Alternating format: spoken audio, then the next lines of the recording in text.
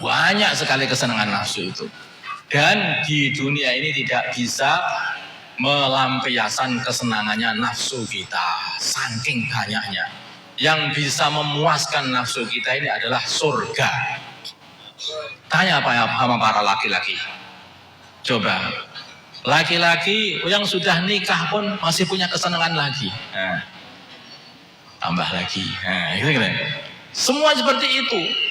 Allah SWT tahu, maka nanti di surga ketika seseorang masuk surga, apa yang disediakan oleh Allah? 72 bidadari. Kenapa kok banyak sekali? Satu saja cukup? Oh enggak, tahu Allah nafsunya manusia itu. Di dunia enggak pernah kesampaian, di akhirat dikasih, baru saja masuk tuh. 72 istri. Dikatakan sebagian ulama bahwa yang 70 itu adalah dari bidadari, sedangkan yang 2 dari anak Adam. Maka hadirin yang dimuliakan Allah Subhanahu wa taala, nafsu itu begitu. Belum lagi nanti sudah masuk, belum habis ya dia pengen cari terus, dikasih terus oleh Allah Subhanahu wa taala di sana. Di sana mesti akan dikasih. Pengennya itu perkara yang baru lagi, pengen perkara yang baru lagi.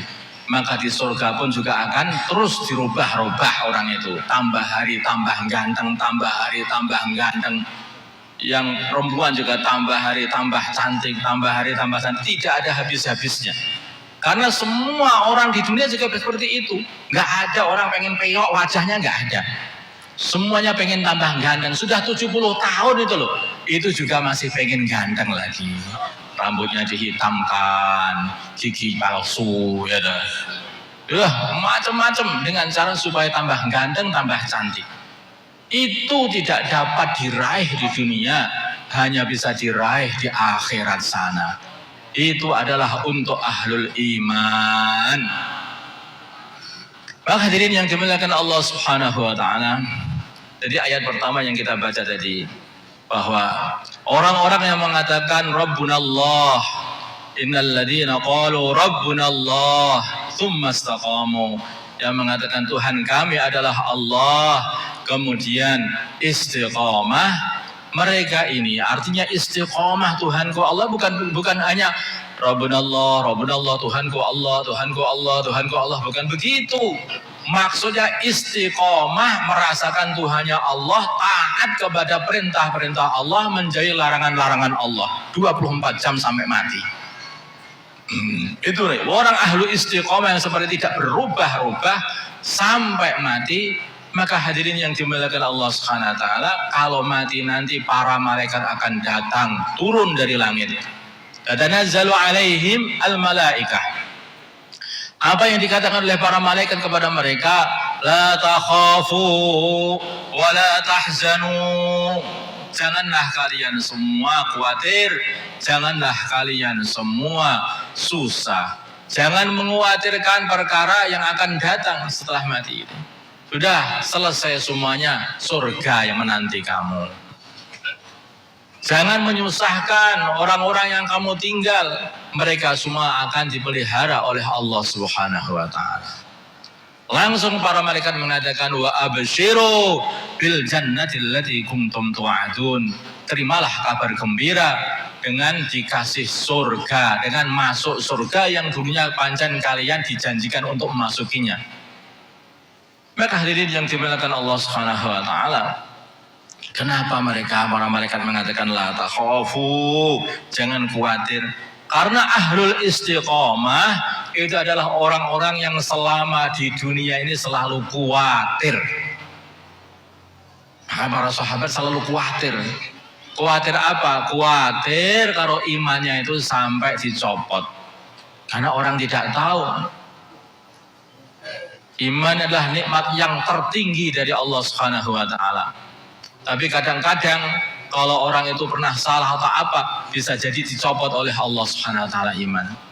Berapa banyak kita lihat orang yang iman, dulunya juga ahli masjid, tahu-tahu berubah, kehilangan imannya. Ada seseorang yang dia ini hijrah dari Mekah ke Habasyah bersama rombongannya orang-orang beriman. Di sana orang ini, ya, Ini jalarane itu kok jalarane itu. Sebabnya apa? Dia ini tidak kumpul sama teman-teman seiman. Dia ini senang kumpul sama orang-orang Habasyah. Orang-orang Habasyah ini adalah orang-orang Nasrani. Makan bareng, minum bareng, jagongan bareng, ya nah. Itu bersendagurau dengan mereka, lama kelamaan meninggalkan iman, masuk agama Nasrani. Itu orang ini. Maka hadirin yang dimuliakan, padahal dia ini telah membuat satu amalan yang besar, yaitu amalan hijrah. Amalan hijrah. Tetapi karena berkumpul dengan orang-orang yang tidak beriman dan hatinya akhirnya cinta kepada orang-orang yang tidak beriman, maka akhirnya keluar dari iman. Kadang-kadang bisa terjadi. Ini zaman Nabi. Ini temannya para sahabat. Ini para sahabat. Coba, apalagi kita, hati-hati. Maka hadirin yang dimuliakan Allah Subhanahu wa taala, cinta dengan orang beriman, hubungan baik dengan orang beriman, ini juga menguatkan iman. Maka Nabi mengatakan, la tadkhulunal jannata hatta tu'minu wa la tu'minu hatta tahabu. Kalian semua tidak akan masuk surga sehingga kalian semua beriman, dan kalian semua tidak akan beriman dengan sempurna kecuali saling cinta mencintai. Tidak cinta kepada orang beriman, maka bisa mengikis iman, bahkan bisa mencopot iman. Apalagi kalau hati kita masuki cinta kepada orang-orang yang tidak beriman, maka cinta kita kepada orang beriman akan tersingkir dalam hati, penuh dengan cinta kepada orang-orang yang tidak beriman. Sehingga kita pun bisa melepas iman dari dalam hati. Maka hadirin, kenapa anaknya Nabi Nuh ini dikatakan tidak beriman kepada Nabi Nuh? Nabi Nuh memanggil anaknya, wanada Nuhun ibnahu wa kana fi ma'zili ya bunayya arkam ma'ana wa la takum ma'al kafirin. Nabi Nuh memanggil anaknya, wahai anakku, ayo naik perahu bersama kami orang-orang yang beriman. Jangan bersama orang-orang kafir. Apa yang dikatakan anaknya? Qala sa'awi ila jabali ya'simuni minal ma'. Aku akan mengungsi ke gunung. Gunung akan menjagaku dari air ini, dari tsunami ini. Maka hadirin, alangkah jauh pemikiran anaknya. Anak Nabi Nuh, keluarga Nabi Nuh, keluarga seorang nabi, bukan nabi biasa. Nabi Nuh adalah nabi, rasul, ulul azmi minar rusul. Salah satu pimpinan-pimpinan para anbiya yang 5 itu. Nabi Nuh, Nabi Ibrahim, Nabi Musa, Nabi Isa, dan baginda Nabi kita Muhammad sallallahu alaihi wasallam. Tapi anaknya tidak beriman, dan jawabannya aneh sekali. Bukan jawabannya orang yang beriman. Gara-gara apa? Kumpulan dengan orang yang tidak beriman. Sehingga ilmu yang diserap dari orang yang tidak beriman lebih banyak daripada ilmu yang diambil dari Nabi Nuh, dari bapaknya sendiri. Bahkan ilmu yang telah diambil dari bapaknya itu, walaupun sudah masuk dalam hati, tersingkir karena kemasukan ilmu yang diambil daripada orang-orang kafir. Maka hadirin yang dimuliakan Allah Subhanahu wa taala, Nabi Nuh memberi pengertian. Qala la 'asimal yawma min amrillah illa man rahim. Tidak ada yang bisa menjaga dari siksa Allah, enggak ada. Yang terjaga hanyalah orang-orang yang diwelasi oleh Allah. Hanya Allah yang bisa menjaga. Maka hadirin yang dimuliakan Allah, fahala bainahumal mauju fakana minal mughraqin. Maka akhirnya datanglah ombak menyambar anaknya Nabi Nuh, tenggelam bersama orang-orang kafir. Maka hadirin yang dimuliakan Allah Subhanahu wa taala, kita tidak tahu. Inilah yang dikhawatirkan orang-orang yang beriman. Selalu khawatir karo-karo imannya tercopot. Maka itulah para malaikat kepada ahli istiqomah tadi, dia mengatakan la takhafu, jangan khawatir lagi, sudah cukup khawatirmu.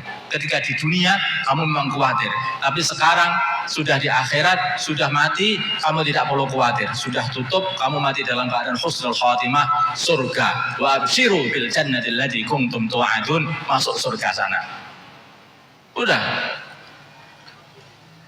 Orang-orang beriman Ini kumpulannya di dunia itu para malaikat. Maka malaikat juga mengatakan nahnu awliyaukum fil hayatid dunya wa fil akhirah.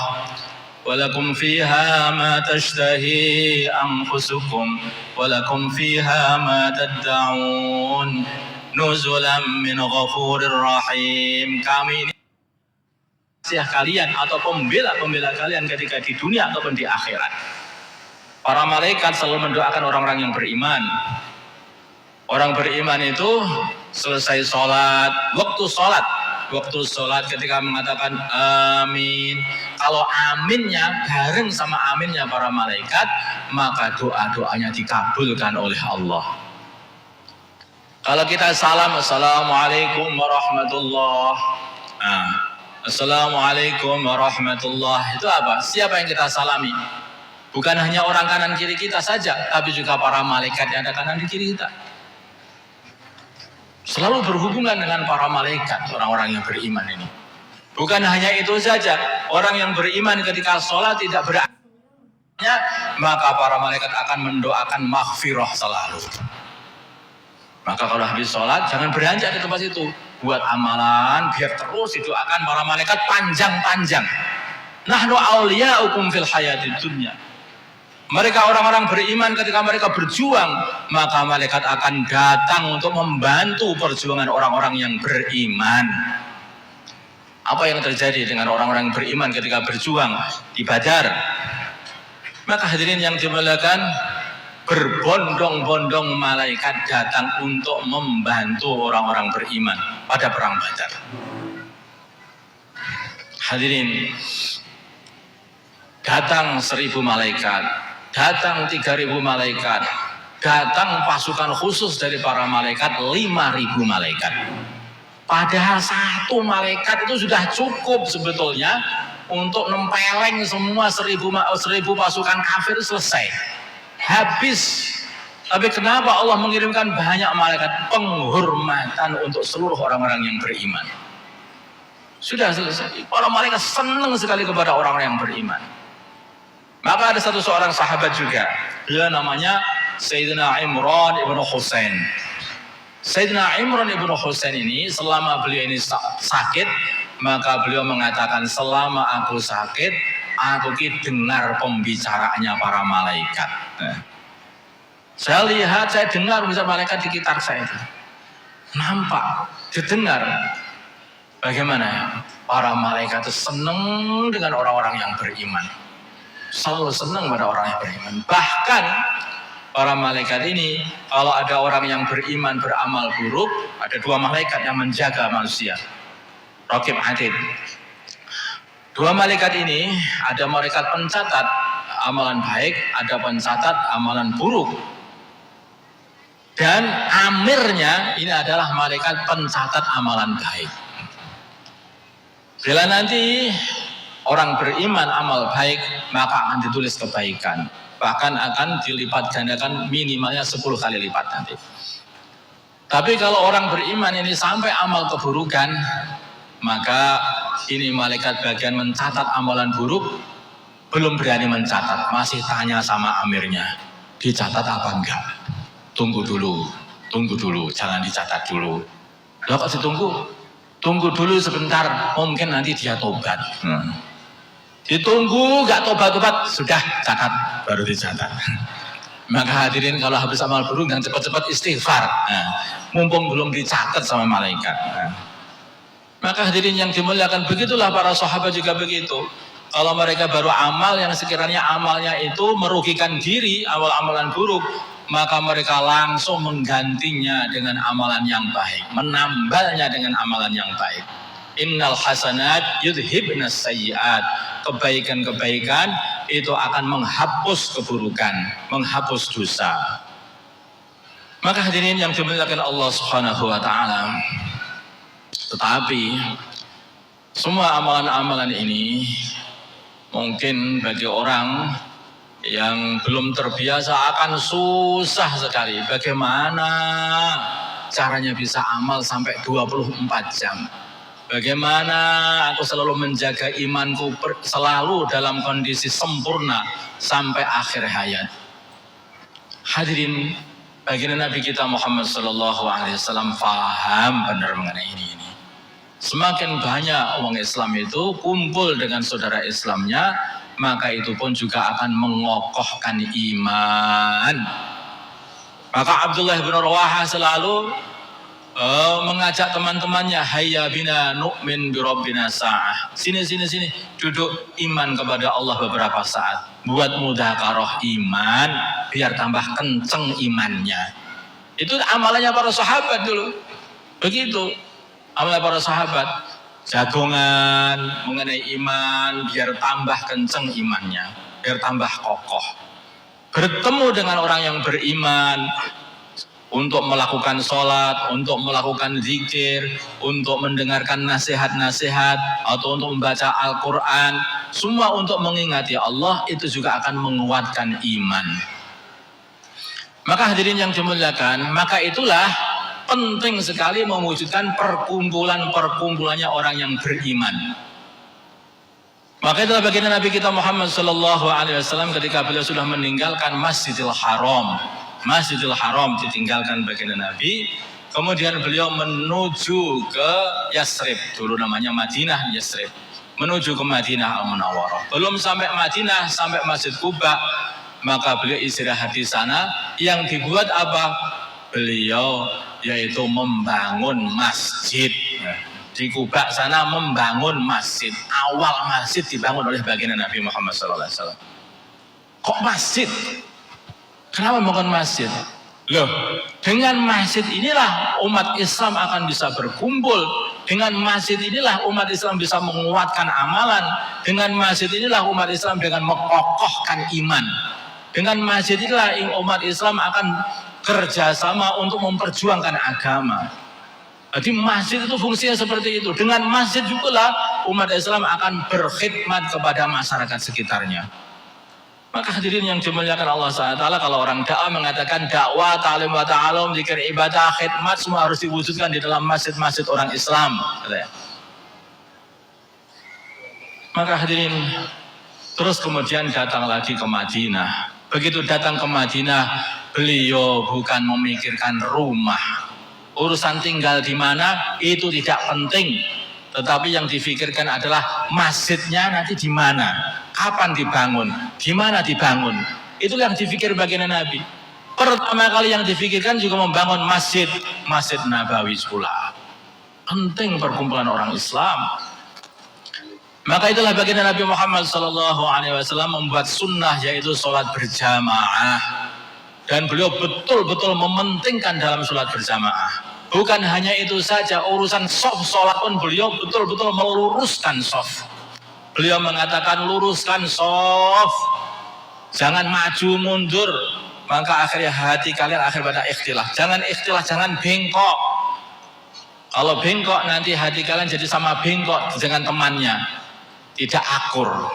Jadi meluruskan shaf itu penting sekali, karena yang menjadikan sesama orang Islam jadi akur, jadi baikan semuanya.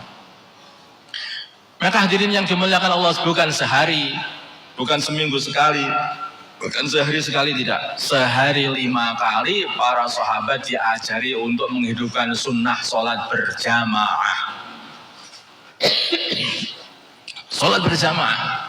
Belum lagi nanti kalau ada orang mati, maka sholat jamiah, kumpulkan orang. Untuk apa? Untuk menyolati bareng-bareng, kerjasama lagi.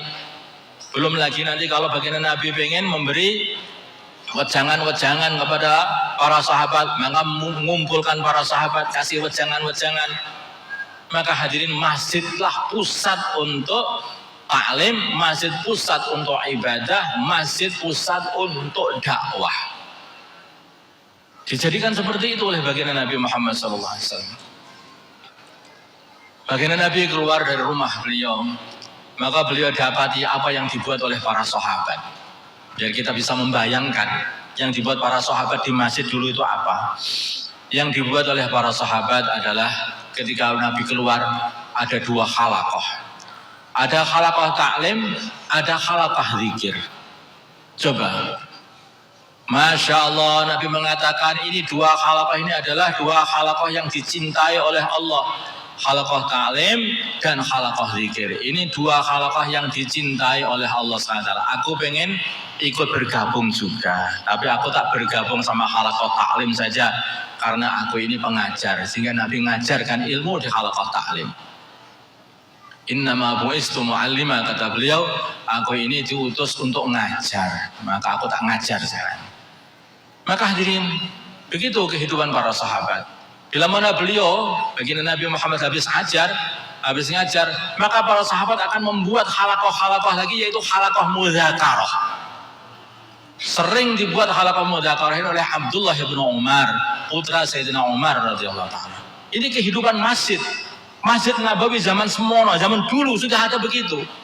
Kalau kita melihat di Masjid Nabawi ada halaqah-halaqah ngaji, itu dulu zaman Nabi sudah ada halaqah ngaji seperti itu. Orang ngasih makan di masjid, orang sedekah di masjid.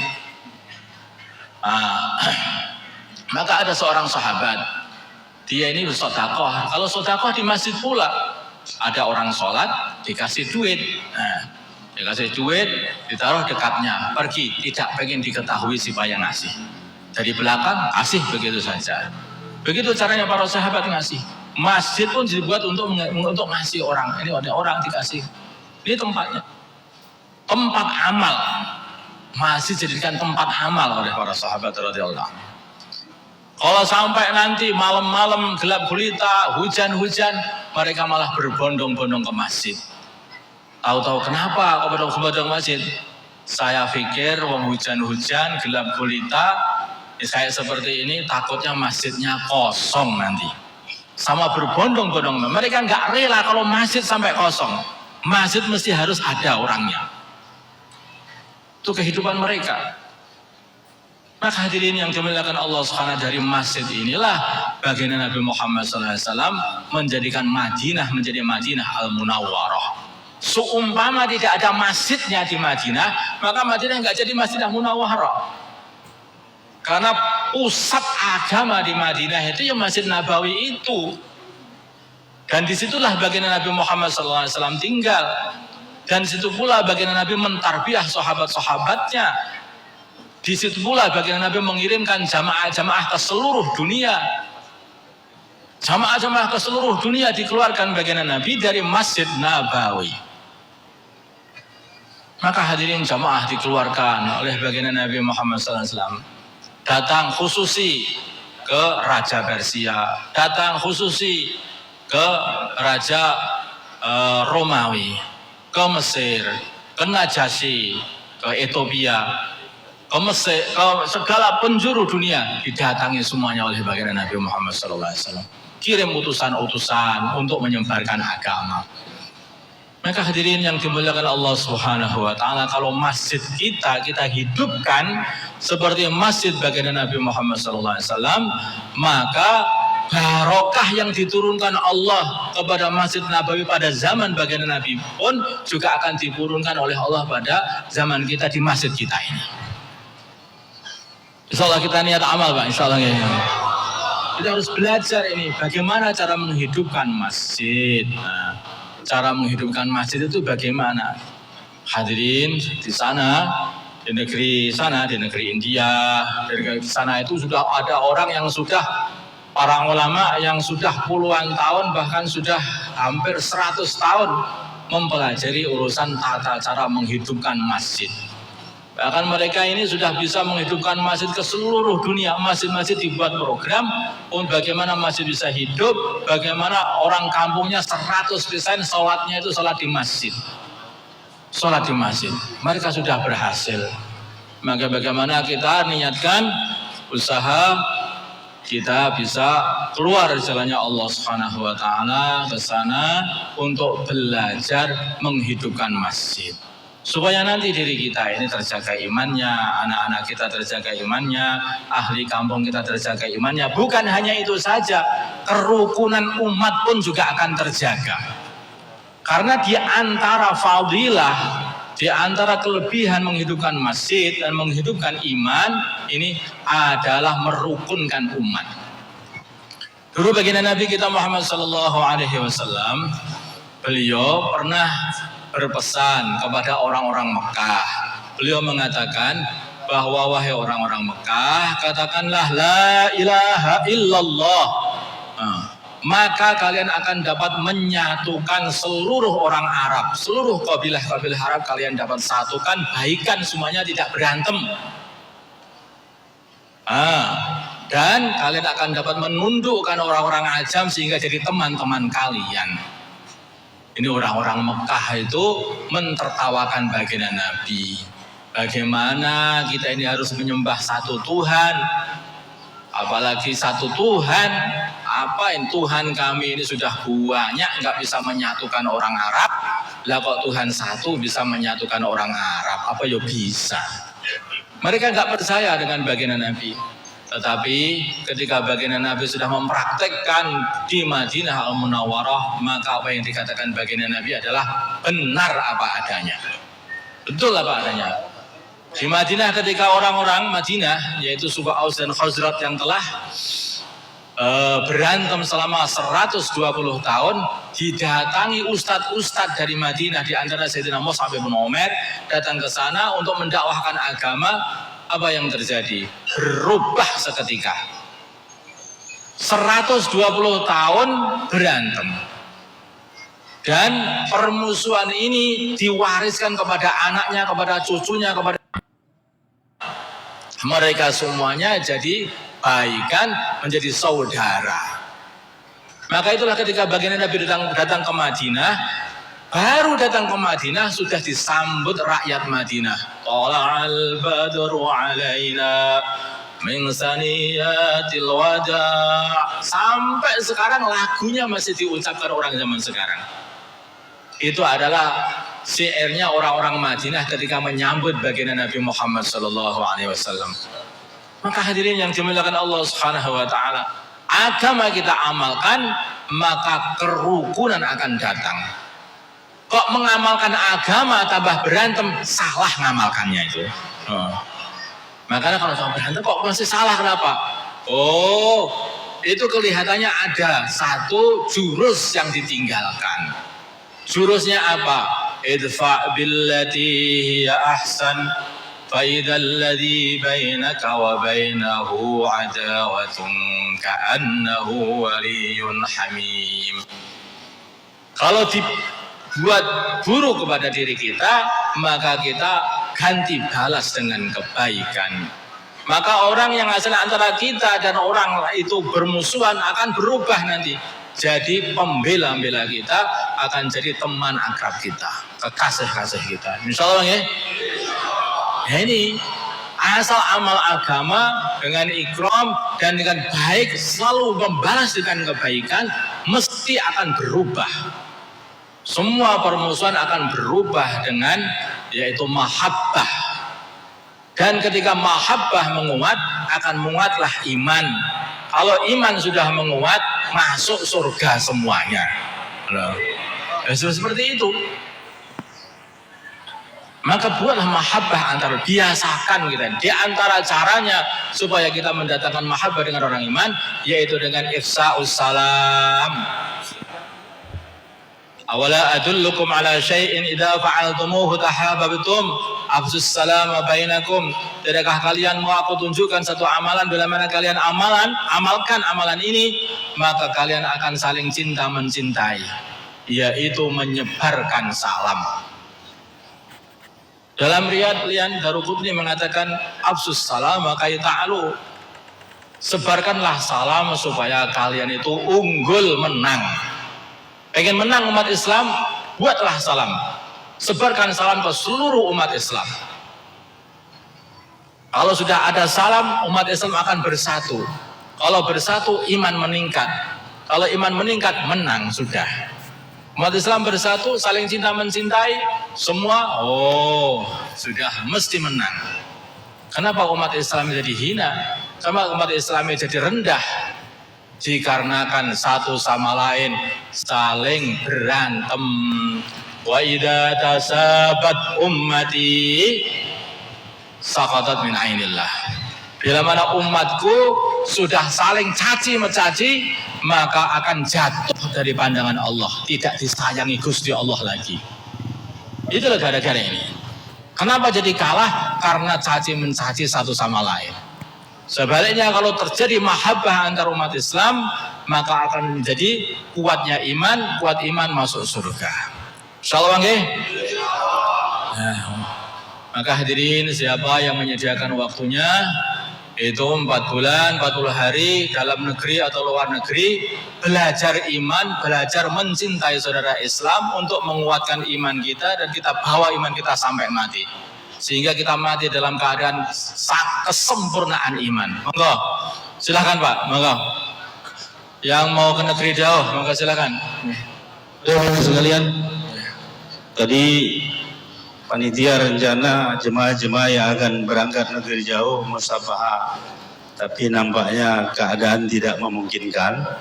Nanti setelah pertemuan alumni, nama-nama yang dipanggil setelah pertemuan alumni habis sholat isya, musafahah dengan kiai kita insyaallah.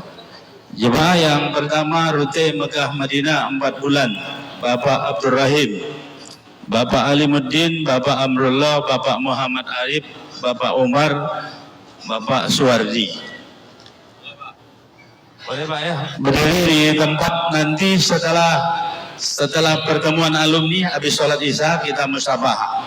Nampaknya tidak munasib, tempat keluarnya tidak ada, terlalu padat. Alhamdulillah berkah pertemuan malam ini. Berikutnya jemaah yang diantar ke Itali, Bapak Rojali, Pak Abdul Hamid, Pak Ustadz Wahab, Pak Sugeng, Pak Ikrimah, Pak Abu Bakar, Pak Abonyi, Pak Ustadz Ridho, Pak Haji Berlian, Pak Haji Soeharto. Oke Pak ya, boleh ke tim taskil. Ya, nanti setelah pertemuan alumni kita musafahah. Kemudian berikutnya rute ke Amerika, Pak Sabran, Ustadz Abdul Hadi, Pak Abdul Wahab, Pak Mandala, Pak Haji Gohar, Pak Muhammad Yusuf, Bapak Maulana Rezeki. Silakan Pak ke belakang. Berikutnya jemaah yang rute ke Malaysia, Bapak Haris Maulana, Bapak Sahrul Effendi, Pak Sarjan, Pak Muhammad Tafsir, Pak Samsul Rijal. Jemaah yang ke Brunei Darussalam, Pak Haji Taufik, Pak Edi, Pak Firman, Pak Anjala, Pak Riznaldi, Pak Haji Junaidi, Pak Julheri. Kemudian Pak ada jemaah, 3 jemaah, maaf tidak disebut, tapi nanti insyaallah 3 jemaah GPB, nanti musafahah, kemudian jemaah 4 bulan, kemudian jemaah 40 hari. Supaya kita nanti setelah pertemuan alumni, insyaallah habis bayan diberikan kesempatan semuanya untuk musafahah. Jazakallah.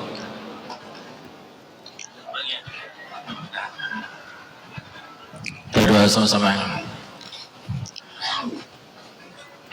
اللهم صل على سيدنا محمد وعلى آل سيدنا محمد وما صليت وسلمت وباركت وترحمت وتحننت على سيدنا إبراهيم وعلى آل سيدنا إبراهيم في العالمين إنك حميد مجيد.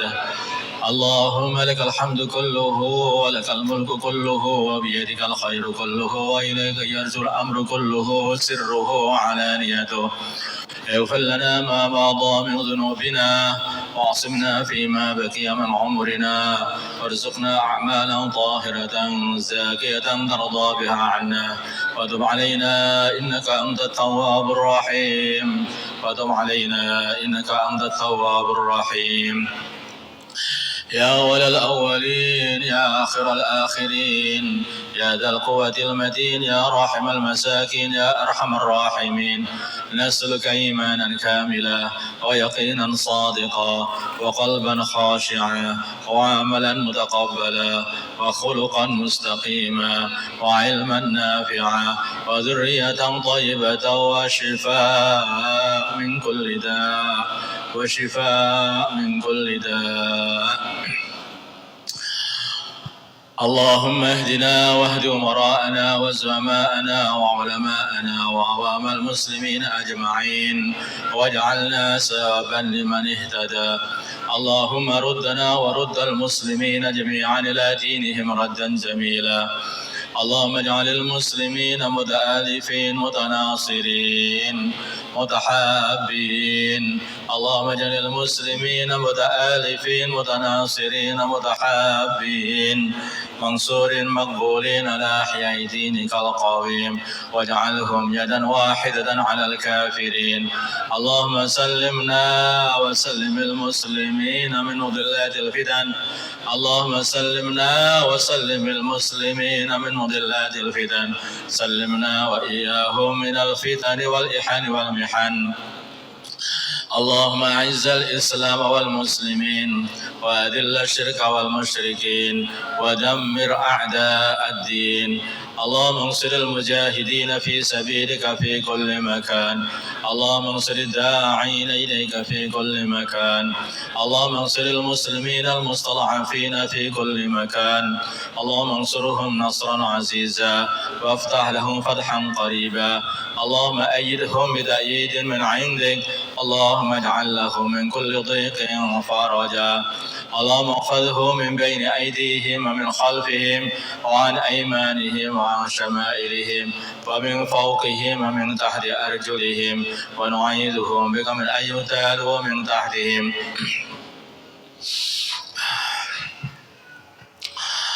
اللهم إنا نسألك من خير ما سألك منه عبدك ورسولك ونبيك محمد صلى الله عليه وسلم، ونعوذ بك من شر ما استعاذك منه عبدك ورسولك ونبيك محمد صلى الله عليه وسلم. اللهم ربنا زدنا ولا تنقصنا.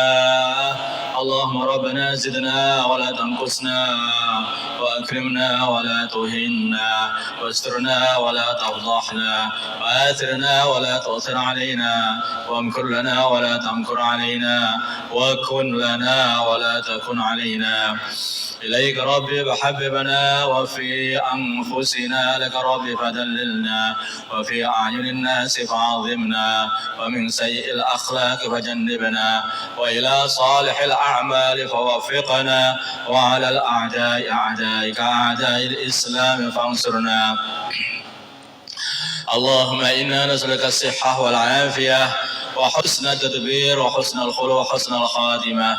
اللهم إنا نسألك العافية ونسألك تمام العافية ونسألك دوام العافية ونسألك الشكر على العافية. اللهم إنا نسألك العافية. يا جامع الناس ليوم لا ريب فيه، اجمع إلينا صالحي عبادك يعينوننا على طاعتك ونشر دينك وإعلاء كلمتك. اللهم اجعل قريتنا هذه كالمدينة المنورة. اللهم رجالها كرجال الصحابة واجعل نساءها كنساء الصحابة.